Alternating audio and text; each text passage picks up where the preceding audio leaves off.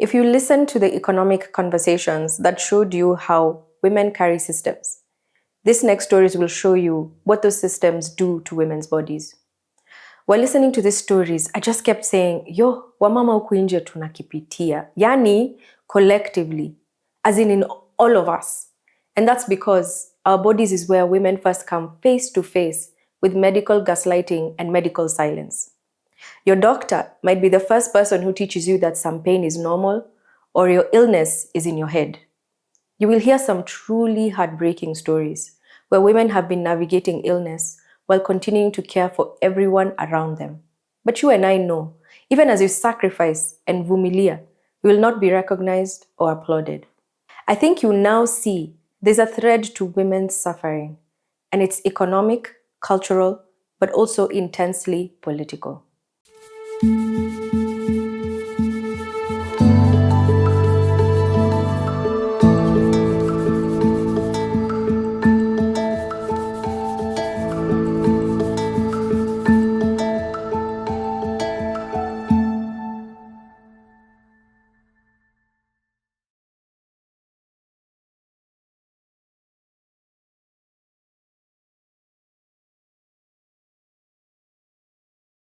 My name is Lucy Njeri. I am a mother of 3. I am a wife to one Mr. Njeri. Yeah, and I'm also a breast cancer survivor. This is my 10th year. First of all, a cancer diagnosis is not a walk in the park. That's something that people don't know. And I think it's the hardest thing that anybody wants to listen to or to hear in their ears. And I vividly remember that time when I got my diagnosis. I saw my end. There was no hope, there was no living. Reason being, initially I'd never seen or met somebody who had survived cancer. All the cases that I knew, they were leading to mortality. So fear, anxiety, disbelief, and I had suicidal thoughts, which never came to be because the very night that I had intended to hang myself, I didn't get a suitable place to do so. Yeah. Usually when we women, we stop nursing our small children, we develop lymph nodes under our armpit. And it's this lymph node that could not go away for like 3 months. And when I'm having my periods, it enlarges. And I asked myself, what is this? And I decided to go to a health institution to be checked. So I went to a dispensary next to me and they referred me to a district hospital. And the doctor told me that since I've just stopped nursing my 1.5-year-old son, it could be mastitis, so it's nothing to worry about. So I give it a time of 6 months, it's going to clear. As I was going home after I left the institution, I met with a friend and she told me, you look distracted, you look lost. And I told her, yes, I have something under my armpit and it's quite disturbing. And she gave me a second opinion, go to institution X. And I went, I was seen, I was told it was some fat residues. They call it fibroadenoma. The doctors in the room can understand. And I was told there's nothing to worry about. They're just going to open and remove it. So when the doc went in, he said it's not what we expected. So they told me, mama, tutakukatia kanyama kidogo, upeleke kipimo, alafu ulete. And I think I cried. I had used my money. I thought this something, just go to the hospital, the procedure done, and I go home and I live my life. So I was given my kanyama kidogo ina mkebe. To the pathologist, I went and took it. And they asked me for 8K. I cried. I told them I have 1,500. Can you take? Then I go get the balance. They tell me, no, we don't do that. Go get the full amount, then you come. So I asked them, what do we do? Is this kanyama iko kwa mkebe? They told me, we can store for you. When you get money is when you bring it. So I went home with a lot of pain. And I think a few friends of mine saw that I was disturbed. I was doing Mutumba business. So you see now, having been open, you can't carry the goods and you're also sickly. So one of them asked me, why are you not vending your things? And I told her, I went to the hospital because of hii matiti, wakakatoa kanyama, wakanipeleke mahali fulani, nikitishwa 8,000 na mimi sikuwa. So my friend was, matiti ndio unanyamaza? I was like, kwani? She mobilized her few friends and they brought me, that evening they brought me the money to go and take to the testing pathologist. And I waited for 5 working days. When I went for my results, it was just printed and I was given the envelope. So as a Kenyan, what do? You read, because she just printed, here, these are your results. And I think I held my tears at the reception because I saw the word carcinoma, which had been coming when I Googled what is this, and it clicked on ductal carcinoma grade 1. And what I've told you is that by then my mom was ailing from throat cancer. And we were oscillating with my siblings to take care of her. So I was sick emotionally for my mom, going through pain and working with her. But now I am sick personally as Njeri. Yeah, and I walked out of the institution, sat by the roadside and I cried. I really cried. I think that's the saddest day in my life. My name is Natasha Muloko. I was born and raised in Nairobi. I'm a lupus and kidney failure warrior. I was diagnosed with lupus in 2006. I started dialysis in 2012. Lupus is when your immunity attacks you instead of protecting you. So for me, it attacked my kidneys. So that's why I have been on dialysis from 2012 till now. Yeah. When I say survivor, I mean I've lived longer as a lupus warrior than I've lived without the disease. So I feel like I'm surviving. I'm also, like, if I look at my life when I'm on that alone time, and I look at my life and I feel like I'm always on survival mode, because it's very hard for me with these diseases. It's very hard for me to plan about tomorrow. Even today, when I was coming for, like yesterday, I had a meeting, a very important meeting, and I woke up unwell, and these people don't know me. So I just texted, I'm sorry, I'm unwell, I can't come. Of course, they're like, oh, get well soon, nini.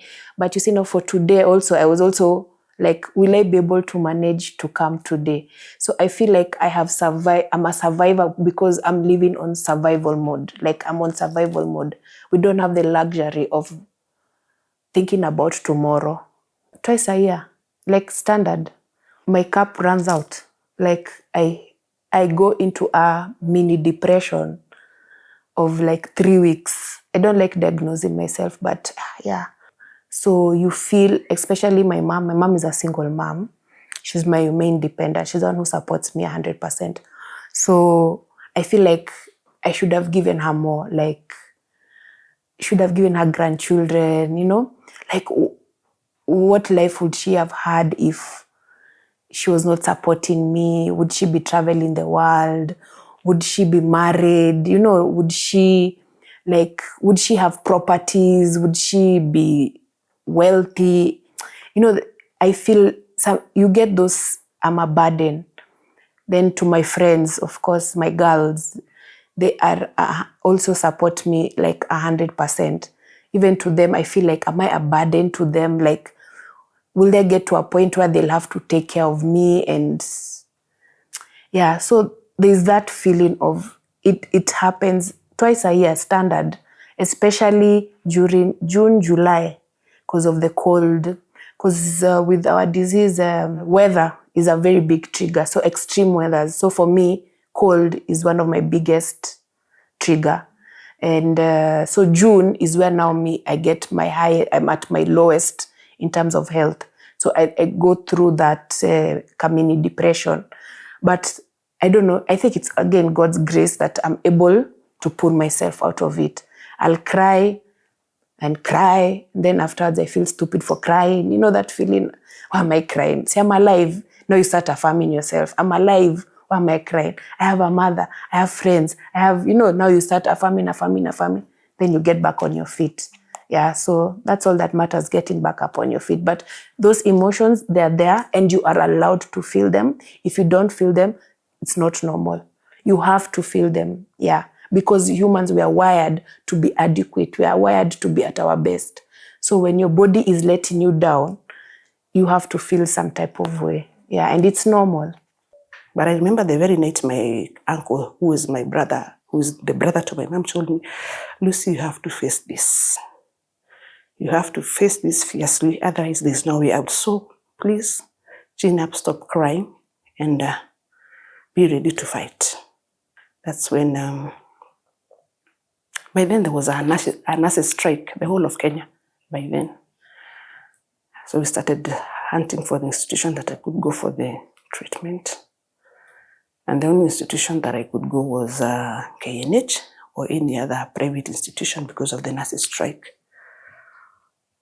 And I think we settled for KNH because by then treatment was being covered by NHIF, which I'm on even today. I don't know why they abolished it. Because NHIF catered for my surgery, I never paid a cent. If you go to the records in KNH, it paid for my chemo, unless there was no drug. That's when I could buy it out. And it paid for my radiotherapy, 20 sessions. I only did a top up of 2K, and it's paid for my planning. So for me, at least financially, I got some relief because of NHIF covering my treatment.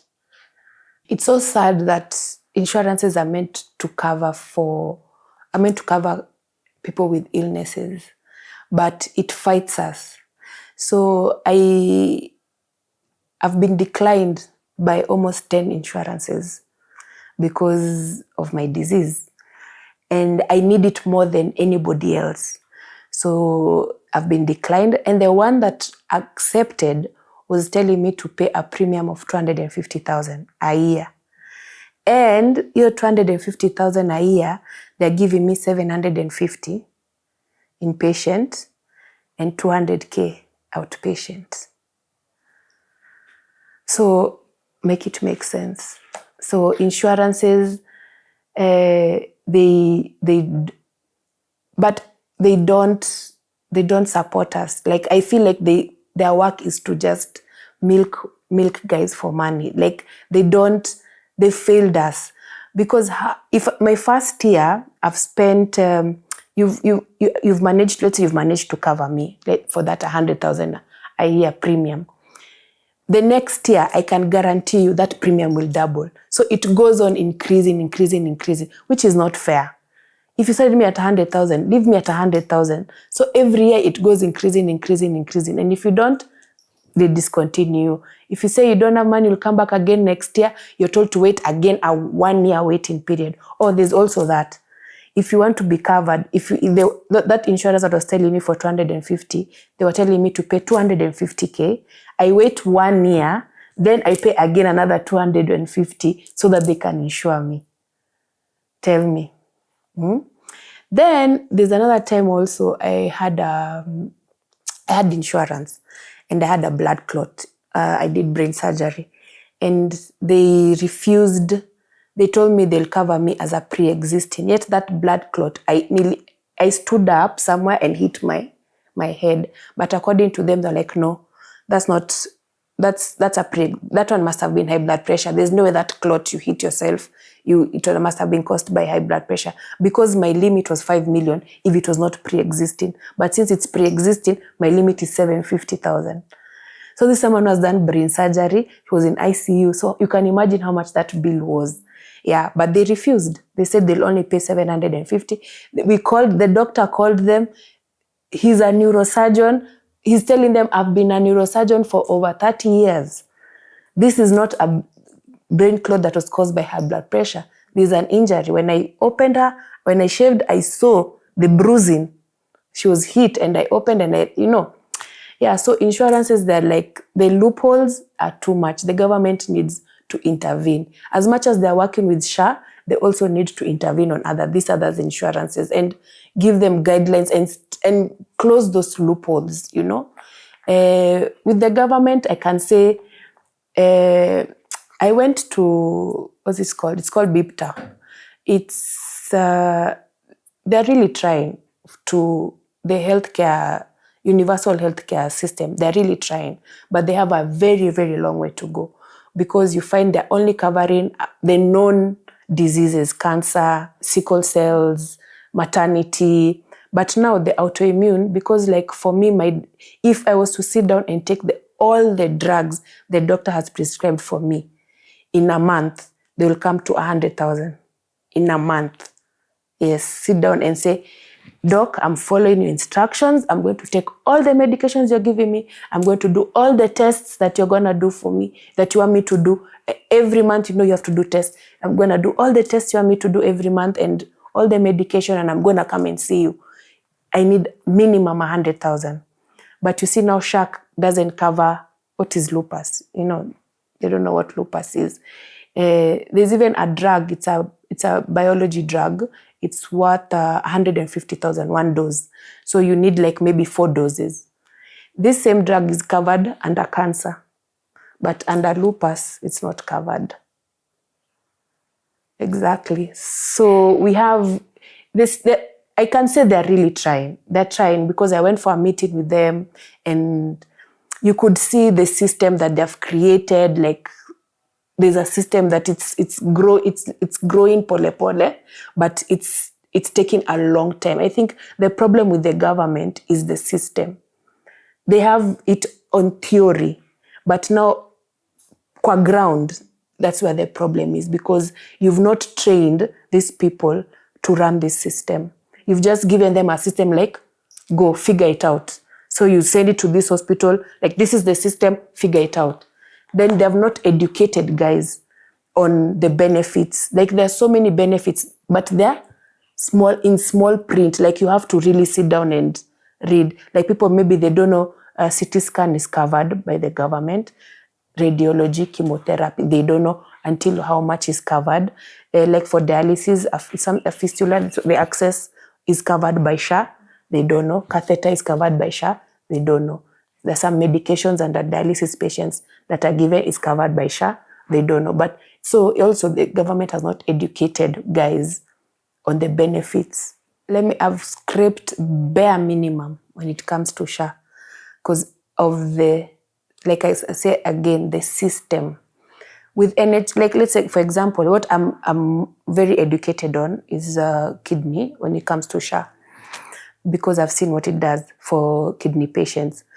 It covers dialysis. Before also it was covering NHF was covering dialysis. Post-transplant drugs, SHA is covering post-transplant drugs. Post-transplant drugs are one of the most expensive drugs in the world. So if SHA is covering that, that's fine. But NHF was not covering that. Lab tests, SHA is covering. NHF was not covering. But you see, these things are limited to certain hospitals. So like the drugs, you'll only find maybe in Kenyatta and KU. The consultation, you can only do it in Kenyatta. They'll tell you, you can only, either you do lab, you buy the drugs, or you do consultation. You can't do all 3 in 1 month. You can only choose one. But ideally, it's supposed to be you can do all 3 in 1 month. They just give you a limit and tell you, you can only take drugs worth 20,000 for 1 month. You can only do labs worth 10,000. But it's like the system has failed it. So it's not picking all these 3. It's only picking one. So if you choose one, you're cut out. So at the end of the day, if the government wants this thing to work, they just need to work on their systems. Yeah, that's it. But to think of, it's been 2 years, 3 years. Yeah, I feel like let's give it time. Yeah, let's not just throw them under the bus, and let's give them time and see. Let's give them at least this 5 years and see what it can if it can do more. Because I know there's some people who will go to hospital, their whole bill is paid for. I know of someone who was paid for by SHA, their whole bill, but they were in Kenyatta. So you can't expect to go to a group of hospitals and be paid your full bill by a private hospital and be paid for by SHA. But if you go maybe to like Kenya, because she was in Kenyatta and her whole bill was settled. Yeah, so I don't know. And then you find someone else who's also in Kenyatta, their bill won't be settled. Understand? But and they're the same. So it's just a system issue. Nobody is ready for any ailment, and especially these chronic NCDs. And so when they come knocking to your house, first you know your finances, they'll be drained. Friendship, you lose people. Association, and all that. But we navigated this. Here I am, trying my level best to change the cancer narrative. People give you a timeline to get treatment and you'll be okay. So when you exceed, people get tired. Because I went through treatment like for almost a year. So the initial days, people used to come and visit, support, but then 2 months, 3 months, and then people look at you as a liability, so they don't want any association with you. I remember very well the chamas that we had, the welfare was like, it is now once, because for me it will be now and then, off and on. The welfare is now once, we cannot be able to be giving you away, and you have to be admitted in hospital for. So they come from a place of saving their few coins, because of course you're going after them. And since then, I think I detested all the chamas. I don't have one even today. Yeah. Emotionally, personally for myself, it was the hardest. I would not speak without crying a river, like I'm speaking right now. The neighborhood, I remember the place, the apartment that I was, the landlord had to chase us away because how will I be able to raise rent, and all the money is going to the hospital. So he didn't want to have accumulative debt. And this person will of course go, before paying rent, will go for her health. So there are challenges, but all in all, I think it's because people don't know. Once people know, is when they can change. There's a lot of silence. Yes, a lot of silence. I think I talked about my diagnosis the third year. I was very quiet. And there are a lot of whispers from people. When you pass and you turn, everybody's looking at you or pointing at you or showing with their mouth, we speak with gestures or staring at you. But I think it's because they don't know. But when we openly speak about them and know people can change their attitudes, and I always tell people the difference between myself and them or you is that you've not had the cancer diagnosis, or you've not gone for screening, and you've not been told you have positive. And then in matters life and death, we are all on transit. It doesn't matter which vehicle you use, but nobody will be after 100 years. So yeah, I think they really counted time for me, and I was also counting for me. And they also remind you, nani alikunywa hiyo dawa, akafanya hiyo procedure, akafanya hiyo na alikufa. So you also change how to listen to people, how to see people, because they are louder. And for them, it's just the word and what they know, not living a real life experience of having a cancer diagnosis. Yeah. Living with, like, I was never taught, but my grandmother had a very severe case of diabetes. So for the longest time, we took care of her. I understood the injection bit. And for me, it was, but I didn't really internalize it until I now got to get this disease. And all I can say is I was never taught how to live with autoimmune. I'm winging it till today. Every day I learn and unlearn new things. Every day you're living on the edge. Like when you live with a chronic illness, ukisikia kitu like, is this it? I'm sure when you guys experience, like your heart can do something and they're like, is this it? So even as we get those symptoms, you're like, is this where am I going? Is this my time now? Yeah, so you can never be taught how to live without chronic illness. It's not, it's about winging it. Yeah. Day by day, you live day by day, and pray for the best. And at the end of the day, okay, if you come home, when you get home safely, you thank God. Then even our problems don't even end when we get home. Our problems can even begin. You can have had the best day at night because you are so energetic, like today, because I'm so happy, I'm energetic. When I get home now, the disease wakes up because you've overdone the day. Yeah. So you can't be taught how to live with autoimmune. Maybe you can be taught how to cope, and that's maybe through therapy, awareness groups, joining communities like now Thrive community, because we have a WhatsApp group. When you unasikia, hey, today I'm feeling like this and this, what is this?